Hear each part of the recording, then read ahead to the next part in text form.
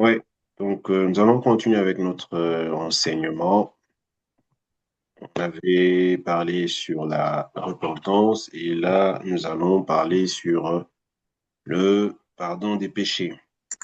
Donc, on a fait un grand tour sur la repentance et on avait la fois dernière, pour terminer, on avait pris un exemple pour montrer que les gens sont souvent amenés dans une fausse repentance d'entrée, quand on leur présente le message qui est soi-disant le message de l'Évangile, on les amène dans une fausse repentance en leur disant de donner leur vie à Jésus. C'est une expression très, très, très utilisée, très, très, très répandue. Certainement que vous avez entendu cette expression-là, mais au regard des Saintes Écritures, malheureusement, ça ne cadre pas avec la pensée des Saintes Écritures. Pourquoi? Parce que l'homme ne peut rien donner à Dieu parce que tout ce qui vient de l'homme est souillé aux yeux de Dieu. Nous pouvons le voir dans Ésaïe,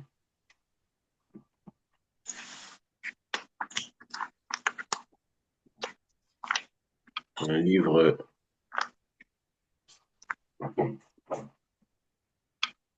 d'Ésaïe.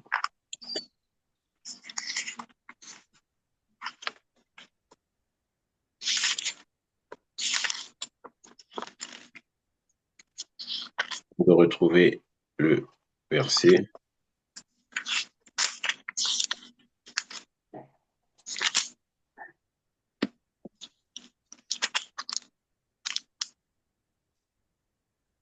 Donc c'est important que nous puissions bien comprendre la repentance parce que sans cela, il nous est impossible de parler du salut.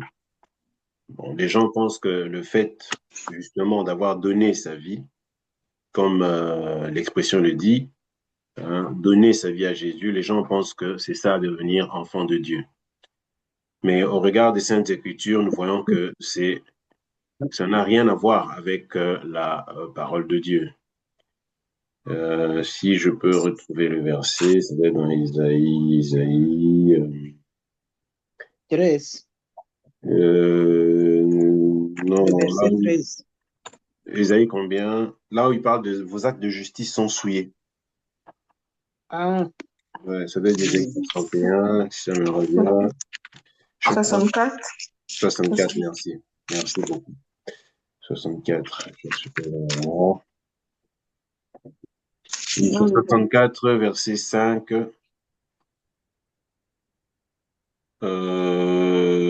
Oui, 64, verset 5. La Bible dit ceci. Nous sommes tous, hein, la Bible dit, nous sommes tous comme des impurs et toute notre justice est comme un vêtement souillé. Nous sommes tous flétris comme une feuille et nos crimes nous emportent comme le vent. Donc, ce qui nous retient ici, c'est que toute notre justice, donc l'homme a une justice, mais cette justice, dans d'autres versions, on dit tous vos actes ou toutes vos actions sont souillées, sont comme un vêtement taché de sang.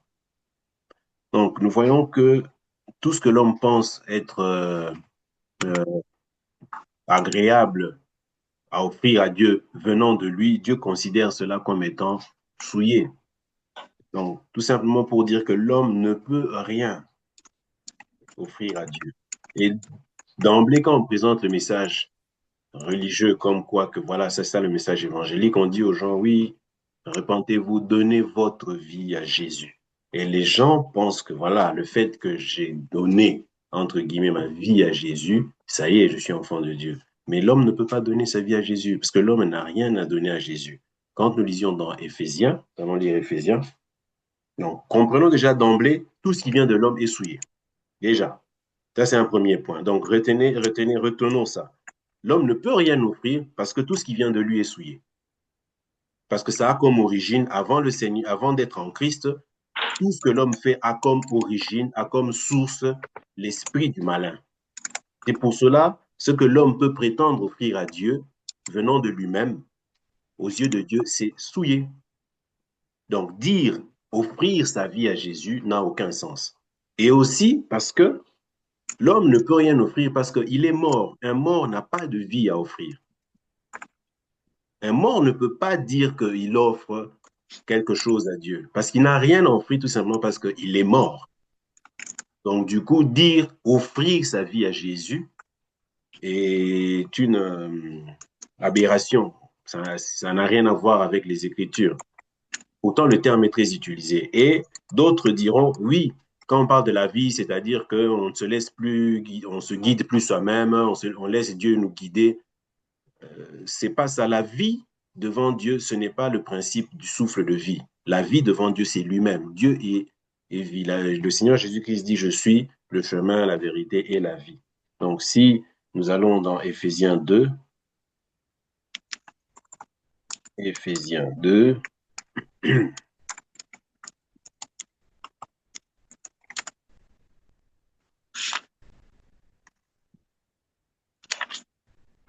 Éphésiens 2, allons lire le verset 1 jusqu'au verset.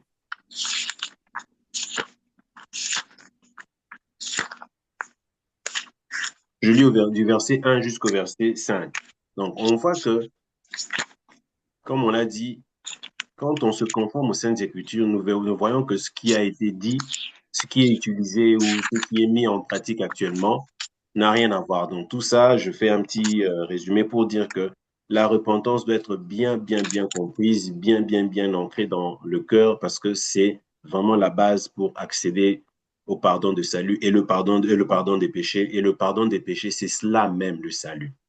Or, d'emblée, dès qu'on présente le message, on met déjà les gens sur une fausse piste.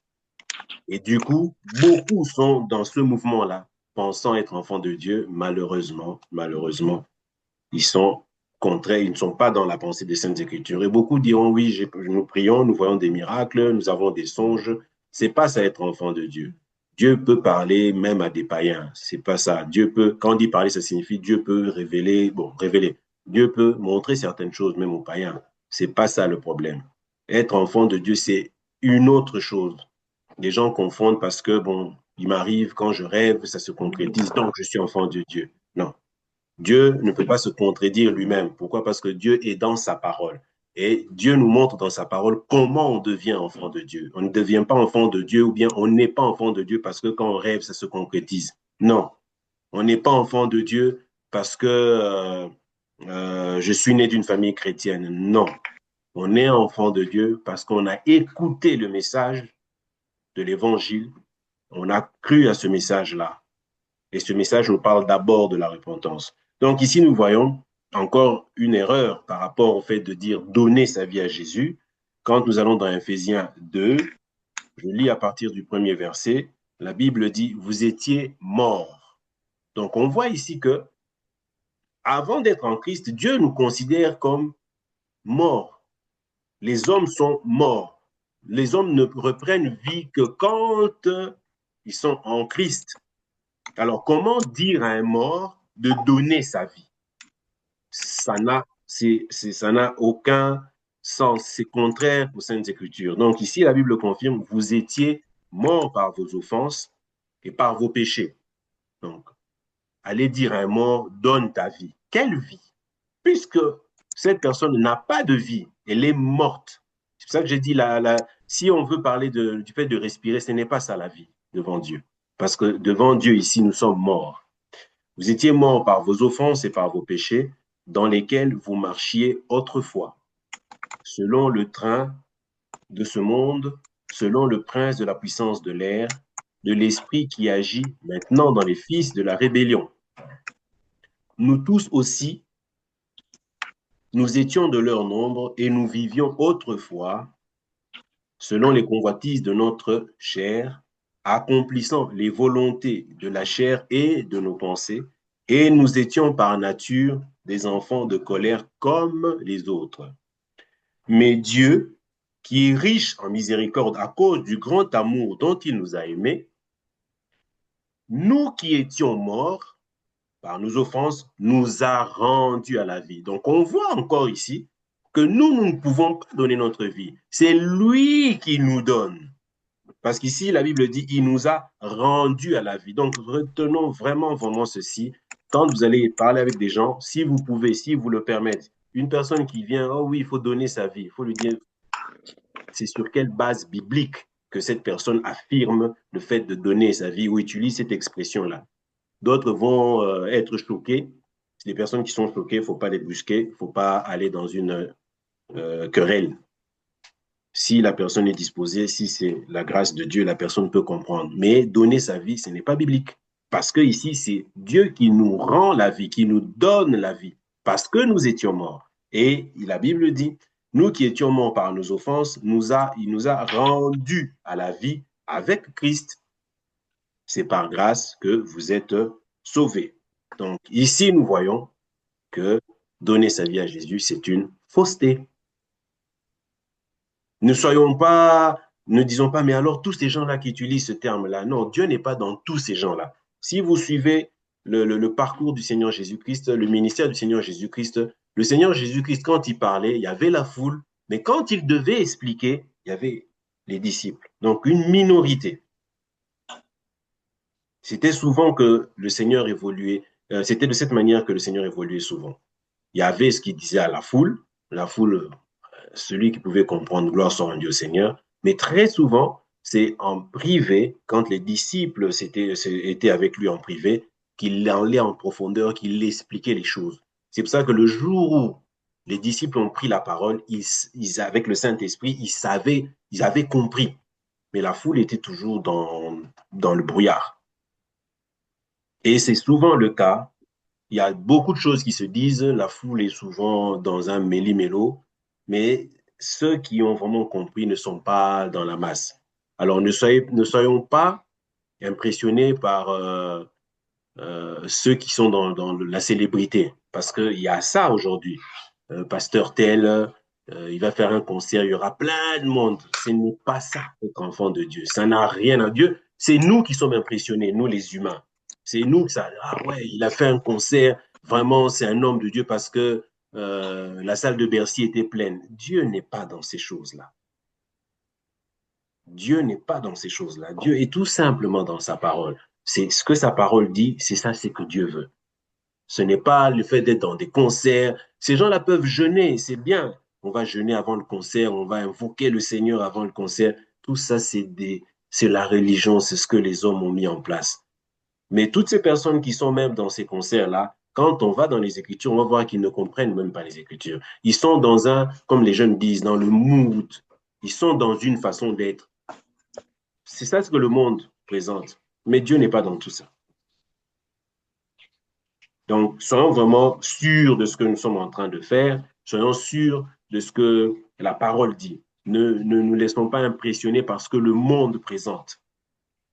On a dans nos familles des gens qui, bon, sont soi-disant intéressés même par les choses de Dieu, qui organisent des choses. À tout autour de nous, dans nos familles, nous en avons plein.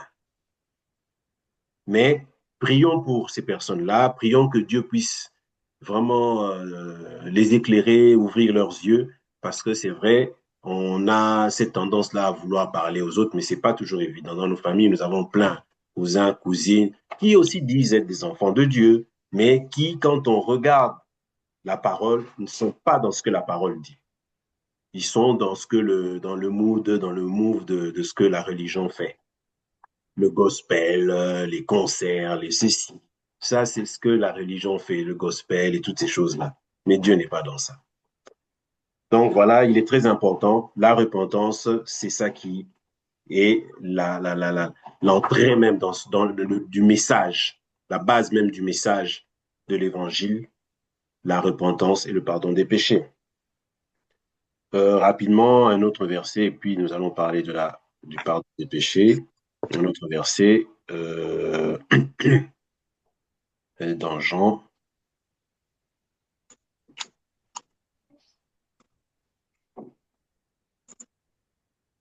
Dans Jean.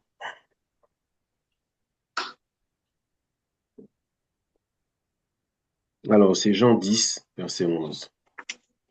Si quelqu'un peut le lire, Jean 10, verset 11.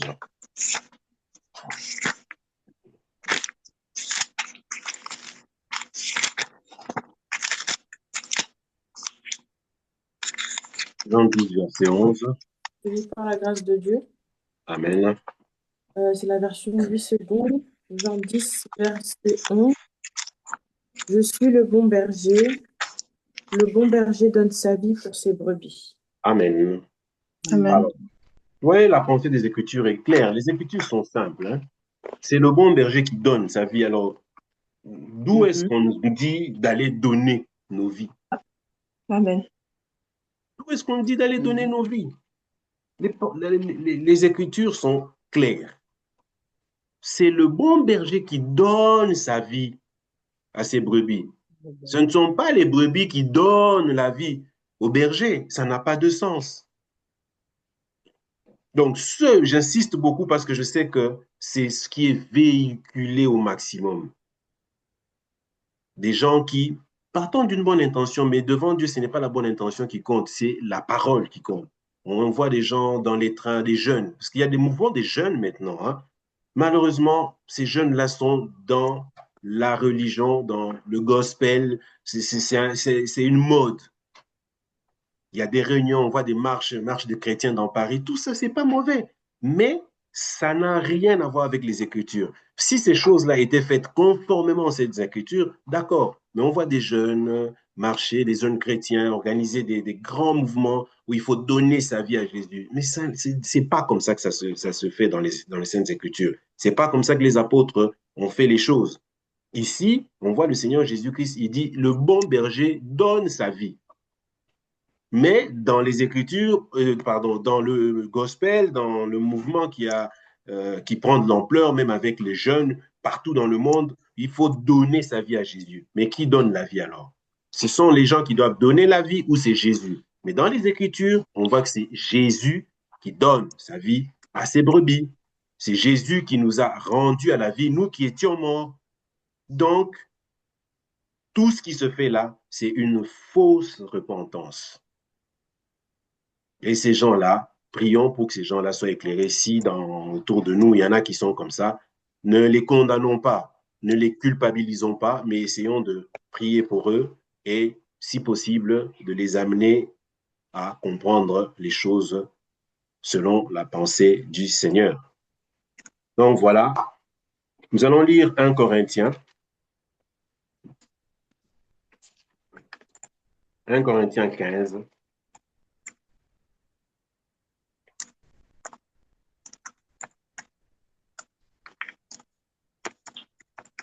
1 Corinthiens 15, nous allons lire du premier verset jusqu'au quatrième verset. 1 Corinthiens 15, du premier verset jusqu'au quatrième verset.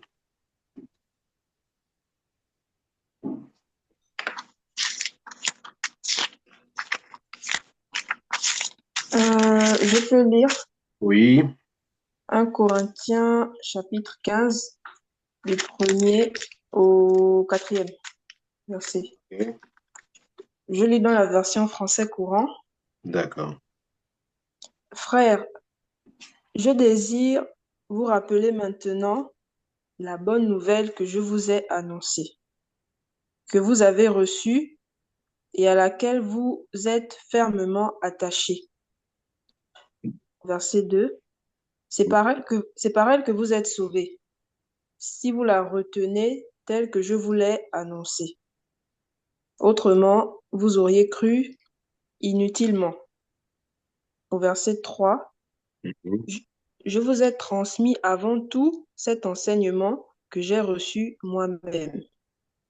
Le Christ est mort pour vos péchés, comme l'avaient annoncé les Écritures. mhm. Et au verset 4, il a été mis au tombeau et il est revenu à la vie le troisième jour, comme l'avaient annoncé les Écritures. Amen. Donc, Amen. je vous rappelle, frères, l'évangile que je vous ai annoncé. C'est Paul qui est en train de parler aux Corinthiens. Il leur dit, je vous rappelle l'évangile que je vous ai annoncé, que vous avez reçu, dans lequel vous avez persévéré.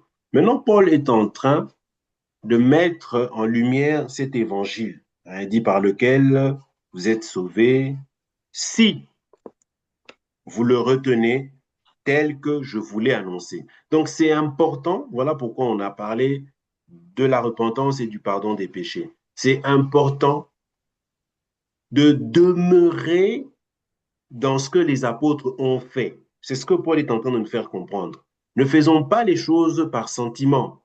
Ne faisons pas les choses puisque tout le monde fait ça. Non, non. Mais faisons les choses puisque c'est le modèle que les apôtres nous ont laissé. À chaque fois que nous devons faire les choses, nous devons toujours nous référer aux Saintes Écritures pour regarder comment les apôtres ont fait. Est-ce qu'ils ont fait comme nous faisons maintenant? Si eux n'ont pas fait comme nous faisons maintenant, donc nous devons rejeter cette chose-là. C'est l'exemple que je vous ai donné de donner sa vie. Les apôtres n'ont pas parlé comme ça. Donc, c'est à mettre de côté. Donc, ici, Paul dit, par lequel, verset 2, vous êtes sauvés si vous le retenez tel que je vous l'ai annoncé. Comment Paul a annoncé l'évangile? Il dit, autrement, vous auriez cru en vain. Donc, si on est venu avec donne ta vie à Jésus, cette personne a, soi-disant, donné sa vie, a fait la prière, répète après moi, Seigneur Jésus, je te donne ma vie. Et la Bible ici, cette personne a cru en vain. Ce serait quand même dommage d'avoir fait toutes ces choses-là pour que ce jour-là, que le Seigneur te dise, mais tu as cru en vain. Ce serait quand même dommage. Après tant de, comme on dit humainement, sacrifices et tout, ce serait dommage de dire que tu as cru en vain. C'est ce que Paul est en train de dire. Il faut demeurer dans le modèle des apôtres. Sinon, on passe à côté. Et il dit ceci, je vous ai enseigné avant tout, comme je l'ai reçu aussi, comme je l'avais aussi reçu, que Christ est mort. C'est ça. Donc, l'évangile, tout tourne autour de la mort et de la résurrection.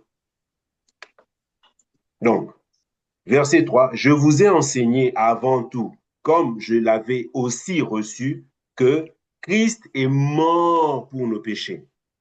S'il y a un message qui ne met pas en évidence la mort de Christ, ne met pas en évidence le problème du péché et la solution que Dieu a donnée, mais un message qui vient pour parler de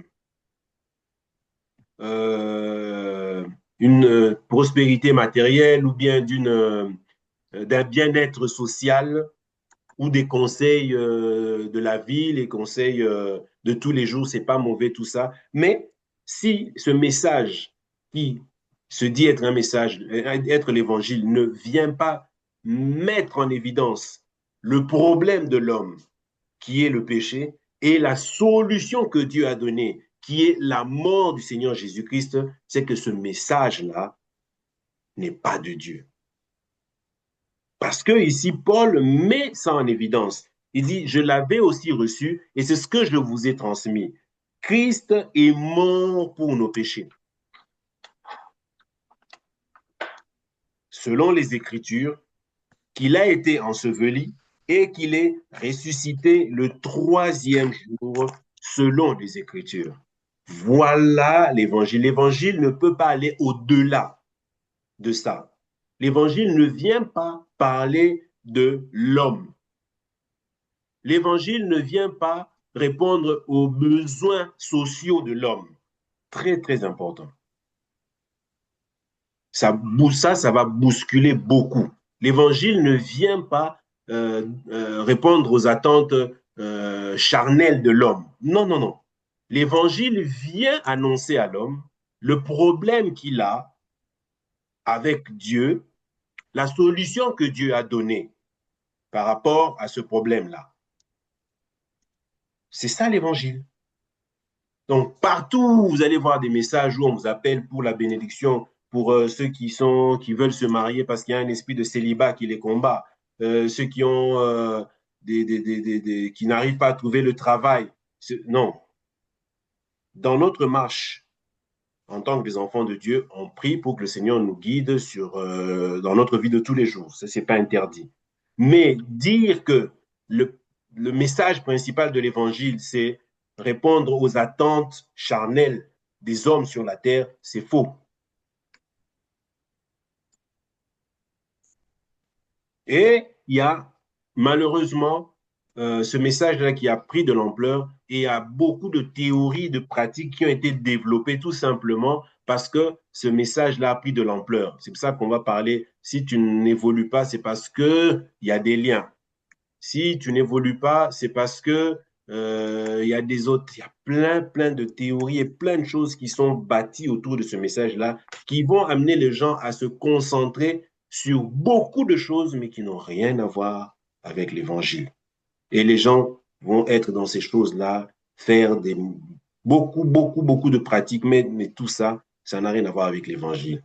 Parce que le problème de l'homme est, il n'y a qu'un seul problème, c'est le péché qui a séparé l'homme de Dieu. D'ailleurs, nous pouvons le voir rapidement, je pense, dans Ésaïe. J'oublie souvent ce verset-là, je crois que c'est Ésaïe 54. Il dit, ce sont vos 59, péchés. Pardon? 50, 58 ou 59. Oui, 59. 59. Ce sont vos péchés. Qui peut me trouver ça? Je pense que c'est 59,2. Ce sont vos péchés 59. qui vous voilent sa face. C'est le seul problème de l'homme. Qui peut nous trouver ça? Je crois que c'est 59,2. 59, 1 et 2, Voilà. Qui peut nous lire ça? 3. 59, 1, 1, 2, 2, 3. 2, 3. Oui. Merci. Qui peut nous lire ça rapidement?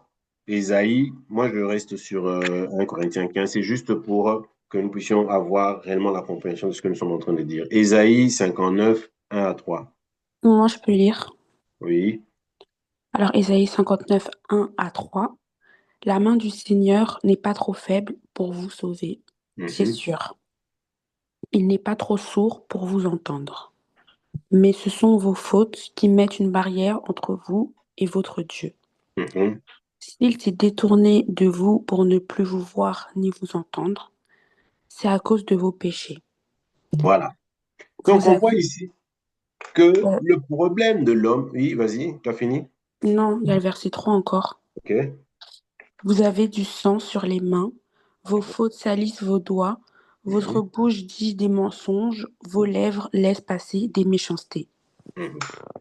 Voilà. Donc nous voyons ici que s'il y a un souci avec Dieu, c'est tout simplement parce que l'homme, dès le jardin d'Éden, est tombé dans le péché. Et ce sont ces péchés-là, c'est ce péché-là, avec les conséquences qui en découlent, qu'on appelle les péchés, qui mettent une barrière entre les hommes et Dieu. Et donc, si Jésus est venu, c'est par rapport à cette situation-là. Parce qu'avant Jésus, si ce n'était que pour les besoins de la terre, avant Jésus, les gens se mariaient, voyageaient, avaient des enfants, prospéraient financièrement, matériellement, socialement et tout. Donc, ne mettons pas l'évangile avec ces choses-là. Très important. Mais malheureusement, il y a un message qui est véhiculé où on met ces choses-là, soit disant, ça fait partie du package du salut. Non, non, non, non. Le salut, c'est autre chose. Très important. Donc, Paul dit ici, je vous ai enseigné avant tout que Christ est mort pour nos péchés, selon les Écritures, qu'il a été enseveli et qu'il est ressuscité le troisième jour, selon les Écritures. Voilà le message de l'Évangile.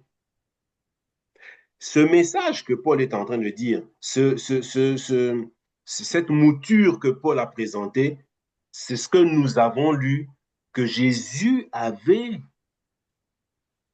annoncé dans Luc 24. Et c'est ce que Paul a repris ici, en fait, avec d'autres termes, mais c'est exactement la même chose. Et c'est le message, c'est le passage que nous avons toujours comme passage de base.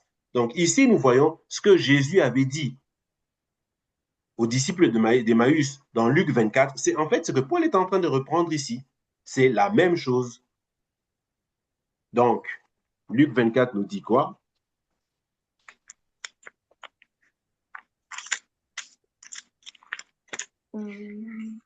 Luc 24, 44 à 47.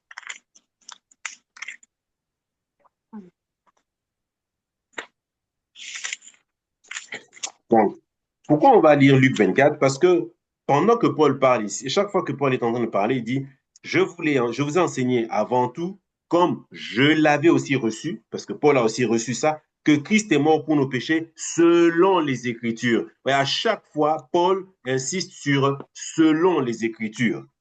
C'est pour ça que nous allons voir que disent les Écritures justement. Verset 4, qu'il a été enseveli et qu'il est ressuscité le troisième jour selon les Écritures. Paul fait toujours référence aux Écritures pour dire que Paul n'est pas sorti de la pensée du Seigneur. Le message que Paul a apporté, c'est ce que le Seigneur avait dit qui devait être apporté. Je peux lire même dans 1 Corinthiens 15 au verset 11, il dit, ainsi donc, que ce soit moi, que ce soit eux, parlant des autres apôtres, voilà ce que nous prêchons. Et c'est ce que vous avez cru. Dans 1 Corinthiens 15, là, au verset 11. Ainsi donc, que ce soit moi, que ce soit eux, parlant des Pierre, Pierre, Jean, Jacques et autres, il dit, voilà ce que nous prêchons et c'est ce que vous avez cru. Donc, c'est ça le message de l'Évangile. Aller parler d'autre chose, c'est amener les gens dans l'enfer. Maintenant, quand on revient dans Luc 24, du verset 44 au verset 47. Je peux lire. Oui. Luc 24, 44 à 47. Puis il leur dit, quand j'étais encore avec vous, voici ce que je vous ai déclaré. Ce qui est écrit à mon sujet dans la loi de Moïse, dans les livres des prophètes et dans les psaumes. Tout cela devait se réaliser. 45. Alors il leur ouvrit l'intelligence pour qu'ils comprennent les Écritures. 46. Et il leur dit, voici ce qui est écrit. Le Messie doit souffrir, puis se relever d'entre les morts le troisième jour. Et il faut que l'on prêche en son nom devant toutes les nations, en commençant par Jérusalem. On appellera les humains à changer de comportement et à recevoir le pardon des péchés. 48. Vous êtes témoins de tout cela. Amen. Bon, ici, le Seigneur est en train de dire, voilà ce que je vous avais dit, ce que je vous disais lorsque j'étais encore avec vous, qu'il fallait que s'accomplisse tout ce qui est écrit. Vous voyez, Paul dit selon les Écritures, selon les Écritures. Et le Seigneur l'a aussi dit avant tout, qu'il fallait qu'il s'accomplisse, que s'accomplisse tout ce qui est écrit de moi dans la loi de Moïse, dans les prophètes et dans les psaumes. Alors il leur ouvrit l'esprit. Je lis Oui, le pardon. 49. Non, c'est bon, là où tu t'es arrêté, c'est bon. Ok. Donc, alors il leur ouvrit l'esprit, verset 45, afin qu'ils comprissent les Écritures. Et il leur dit, verset 46, ainsi il est écrit que le Christ souffrirait. Donc, tout ce qui a été écrit dans la loi, en fait, ne parlait que d'une chose, la mort et la résurrection de Christ. Tout ce qui est écrit, quand vous lisez toutes les histoires, comme on le dit souvent de l'Ancien Testament, dans toutes ces histoires-là, nous devons retrouver la mort et la résurrection de Christ. Dans tout ce qui est écrit, depuis Genèse jusqu'à l'Apocalypse. En fait, dans tout ça, c'est d'une manière infinie, mille et une manières, ça parle de la mort et de la résurrection de Jésus. Alors, pourquoi on va aller, quand on va aller prendre la parole de Dieu, aller commencer à vouloir parler d'un homme?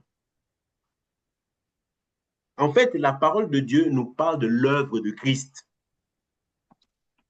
Du début à la fin, de mille et une manières, ça nous présente ce que Christ a fait, avec plusieurs facettes. Dans toutes les histoires, ça nous présente ce que Christ a fait. Qu'est-ce que Christ a fait? Il est venu, il est mort pour nos péchés, il est ressuscité pour notre justification. C'est ça l'évangile. Et c'est ce que Paul aussi dit. Il dit, vous devez retenir les choses de cette manière-là. Sinon, vous aurez cru en vain. Et c'est ce que moi, je vous annonce, c'est ce que eux aussi, parlant de Pierre, Jacques, Jean, eux aussi vous ont prêché. C'est ça, on prêche en fait ce message-là. Et le verset 47, et que la repentance et le pardon des péchés seraient prêchés en son nom à toutes les nations, à commencer par Jérusalem. Voilà le message de la croix. La repentance et le pardon des péchés. Et nous avions parlé en long et en large sur la repentance. Aujourd'hui, on a fait encore un petit rappel pour montrer que même quand les gens viennent, soi-disant avec un message de l'évangile, mais ils amènent les gens dans une fausse repentance. Parce qu'ils ne disent pas les choses selon ce qui est écrit.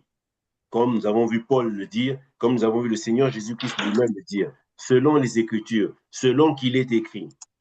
Et donc, le problème de l'homme, nous venons de le lire dans Ésaïe 59, 1 à 3, c'est le péché qui est le problème majeur de l'homme. Le péché avec ses conséquences qu'on appelle les péchés.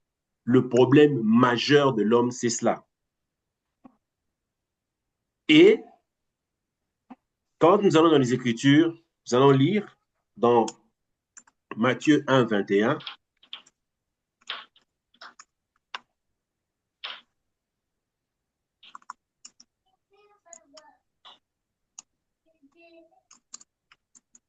Matthieu 1, 21.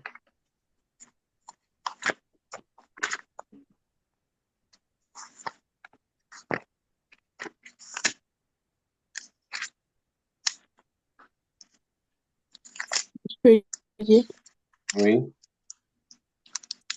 produit par la grâce de Dieu. Amen. Matthieu 1, 21. Elle enfantera un fils, et tu lui donneras le nom de Jésus. C'est lui qui sauvera son peuple de ses péchés. Amen. Amen. Donc voilà. Voilà. L'homme a un problème. Nous avons lu dans Ésaïe 59. Notez vraiment ces versets-là.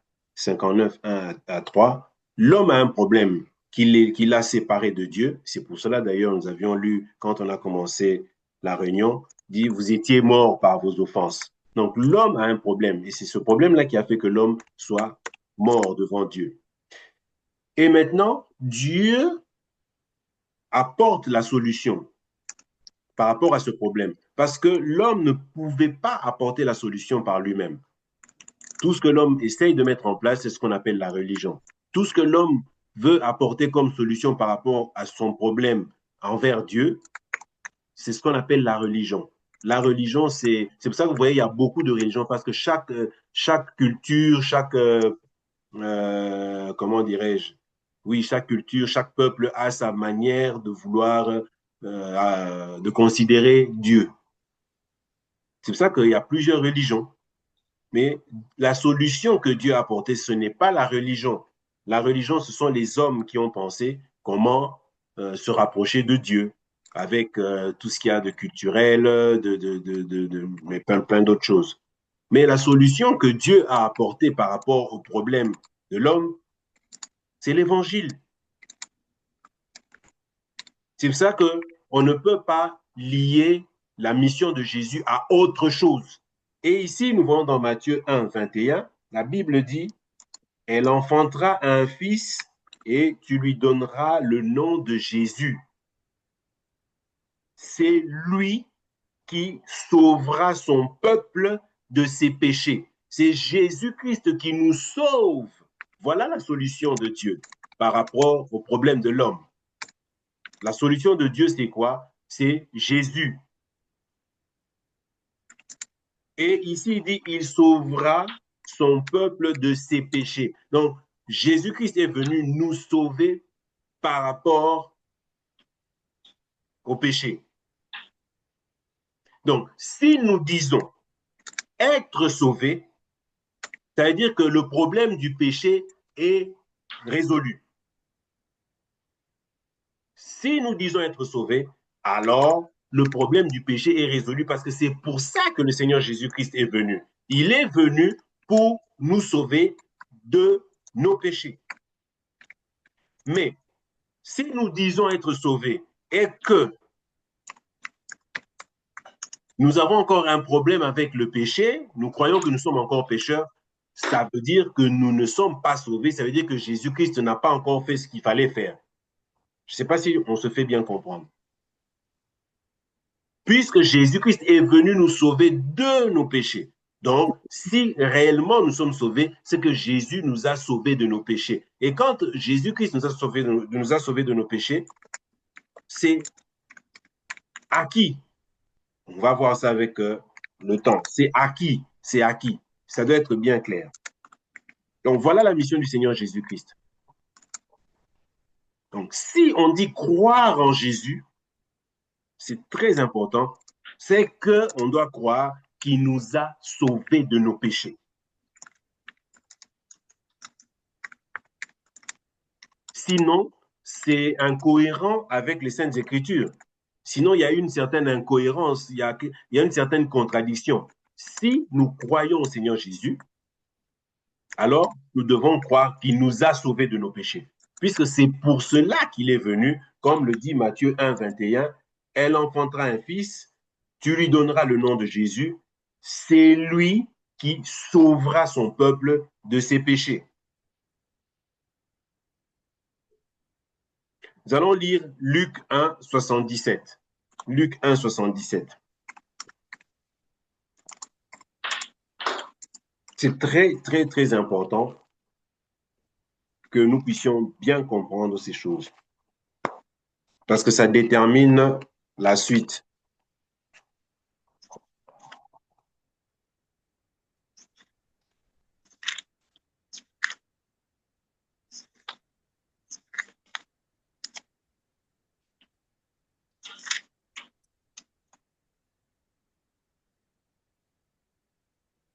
Luc 1, 77.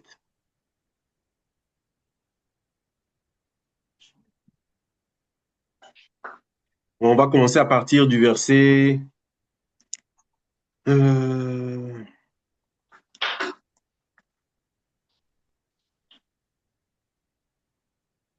Ouais, commençons à partir du verset 72 jusqu'à 77. Donc Luc 1, verset 72 jusqu'à 77.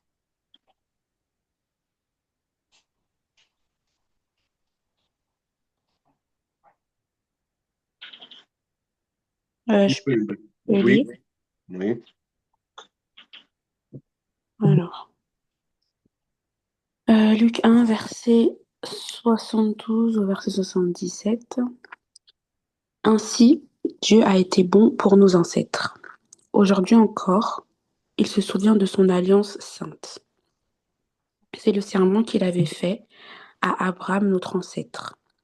Oui, il avait dit en parlant de nous, « J'arracherai tes enfants aux mains de leurs ennemis, alors ils pourront me servir sans avoir peur.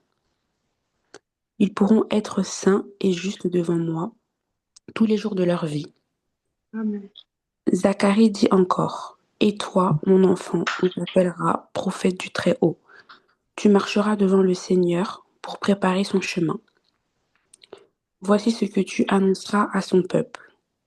Dieu vous sauve en pardonnant vos péchés. » Amen. Amen. Amen. Dieu fait quoi? Dieu Nous sauve.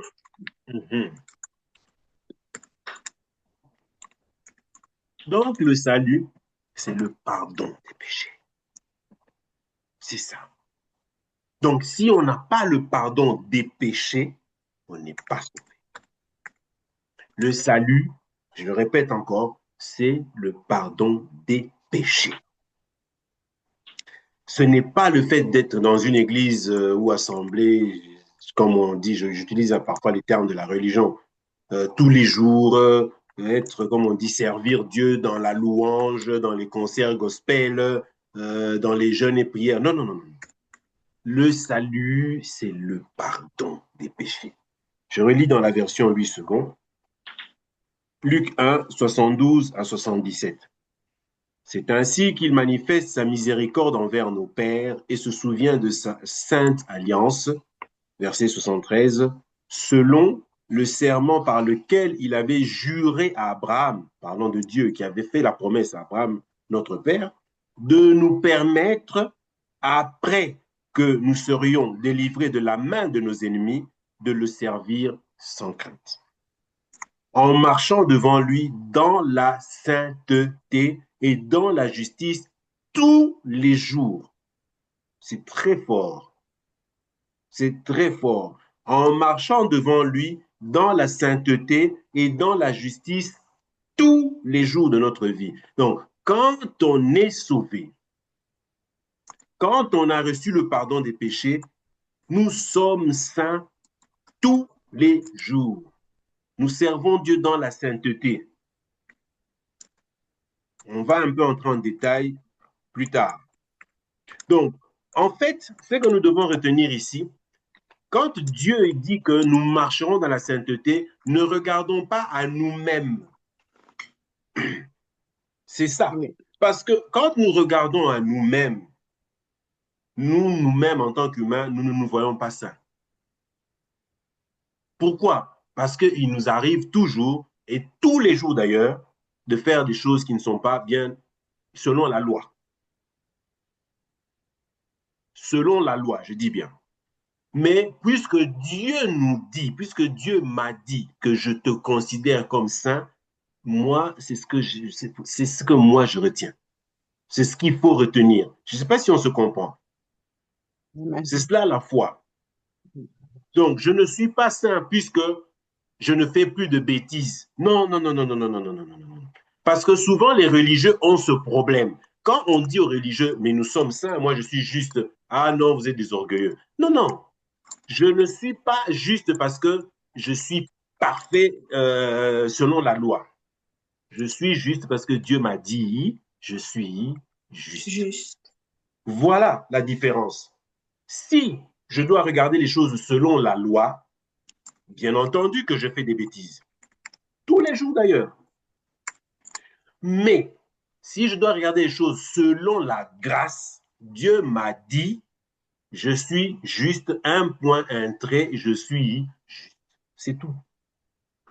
C'est pour ça que Dieu dit ici, ils marcheront dans la justice et la sainteté tous les jours de leur vie. Donc, verset 75, en marchant devant lui dans la sainteté et dans la justice tous les jours de notre vie. Alors, avant d'aller plus loin, souvent, il y a un problème. Quand on prêche le message de la grâce, l'évangile de la grâce, avec le pardon des péchés, il y a une réaction qui revient souvent. Ah, donc maintenant que nous sommes sauvés, nous pouvons nous comporter comme nous voulons. Mais attendons, est-ce que pour que nous puissions mal nous comporter, est-ce qu'on nous avait prêché le message de la grâce?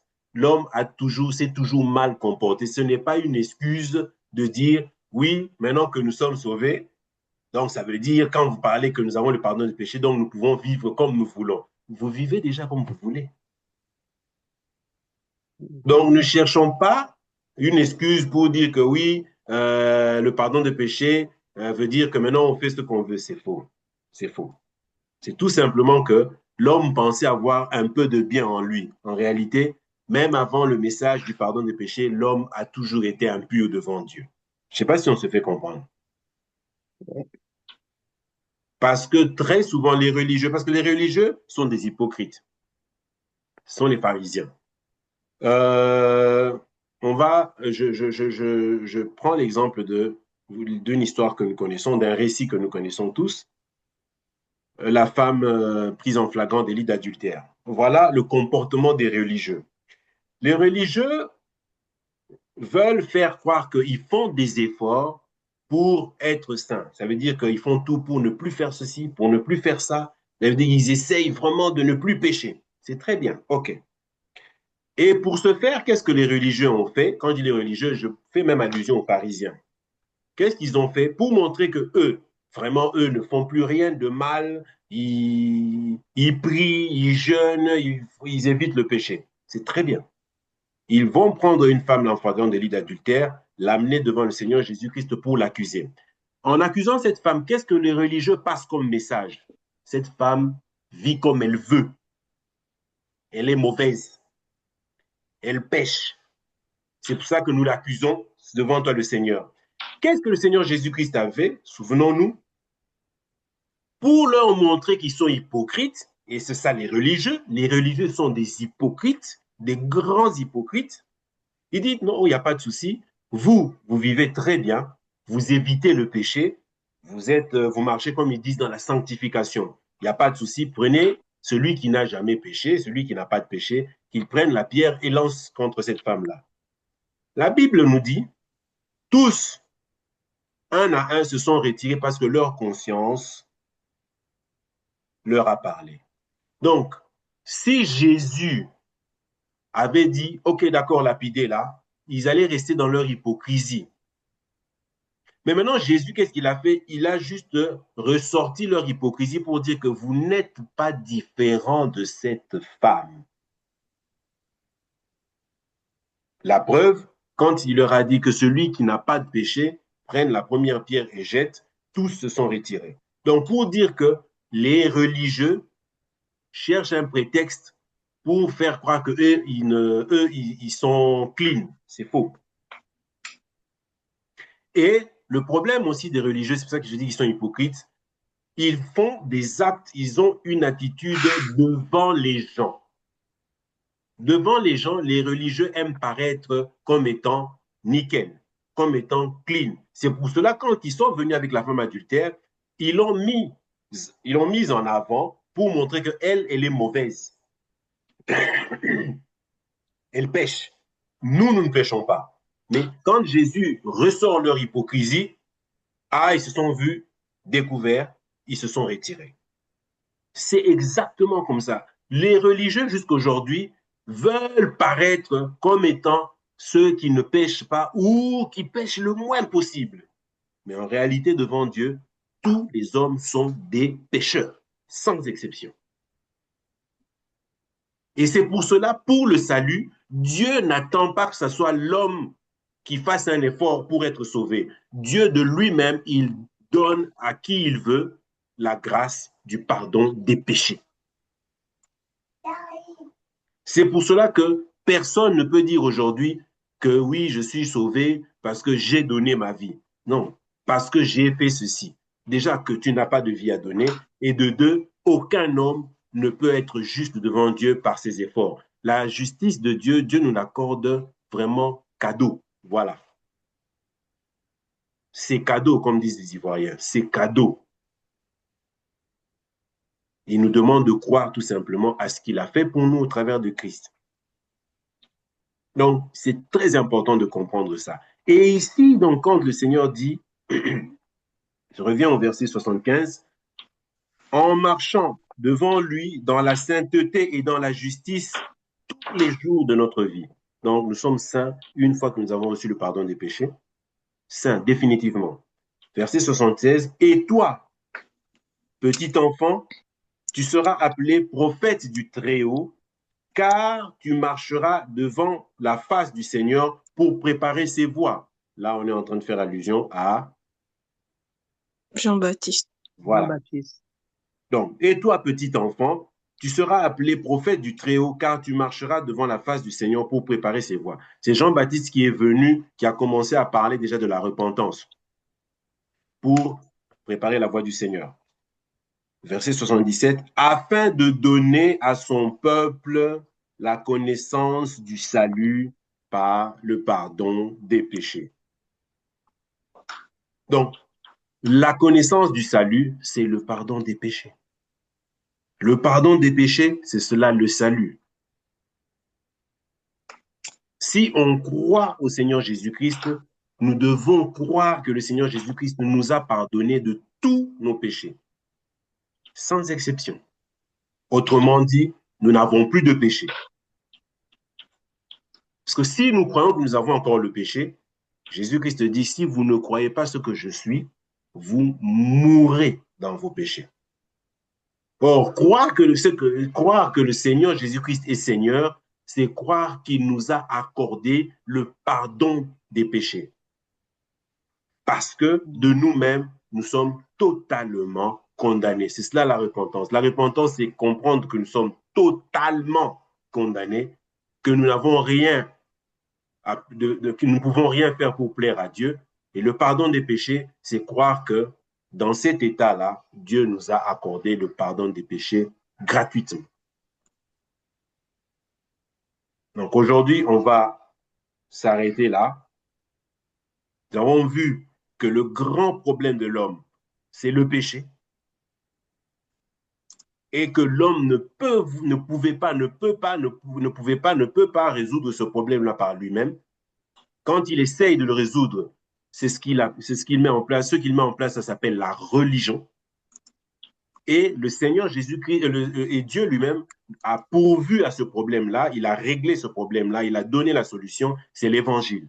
Je ne sais pas si aujourd'hui quelqu'un vous dit, il vous pose la question, quelle est la différence entre la religion et l'évangile? C'est tout simplement que la religion, c'est l'homme qui essaie de résoudre le problème du péché lui-même. L'évangile, c'est Dieu qui résout le problème du péché de l'homme. Voilà. C'est pour ça que quand l'homme essaie de le résoudre par lui-même, vous avez plusieurs sortes de religions, parce que chacun essaie à sa manière. C'est ça la religion. Mais l'évangile, il n'y a qu'un seul évangile. Et l'évangile et la religion, ce n'est pas la même chose. Même le christianisme, qu'on appelle christianisme, c'est toujours la religion. Parce que christianisme, vous avez les mormons dedans, vous avez les pentecôtistes, les protestants, les catholiques, ça c'est le christianisme, ça aussi c'est la religion. Même si il y a soi-disant ça vient du mot chrétien, ça aussi c'est la religion. Mais l'évangile c'est différent. Le christianisme, bouddhisme, hindouisme, tout ça ce sont des religions. L'évangile c'est autre chose. La religion c'est l'homme qui essaye de se sauver lui-même. L'évangile c'est Dieu qui sauve l'homme. Amen. Amen. Amen. Vraiment, c'est très important que nous puissions faire cette différence-là. C'est très, très, très capital. Et ça va nous permettre de comprendre l'œuvre de Christ, le pardon des péchés. Aujourd'hui, nous allons nous arrêter là. S'il y a des questions, préparez-les ou envoyez-les dans le groupe. On pourra y répondre selon que Dieu nous le permettra. Donc, on va s'arrêter là aujourd'hui. Que Dieu vous bénisse. Amen. Amen. Et on continuera la prochaine fois. Amen. En tout cas, envoyez les questions, c'est Bon très, très, dimanche. très important. Bon dimanche, c'est très, très Ok. important. Envoyez les questions.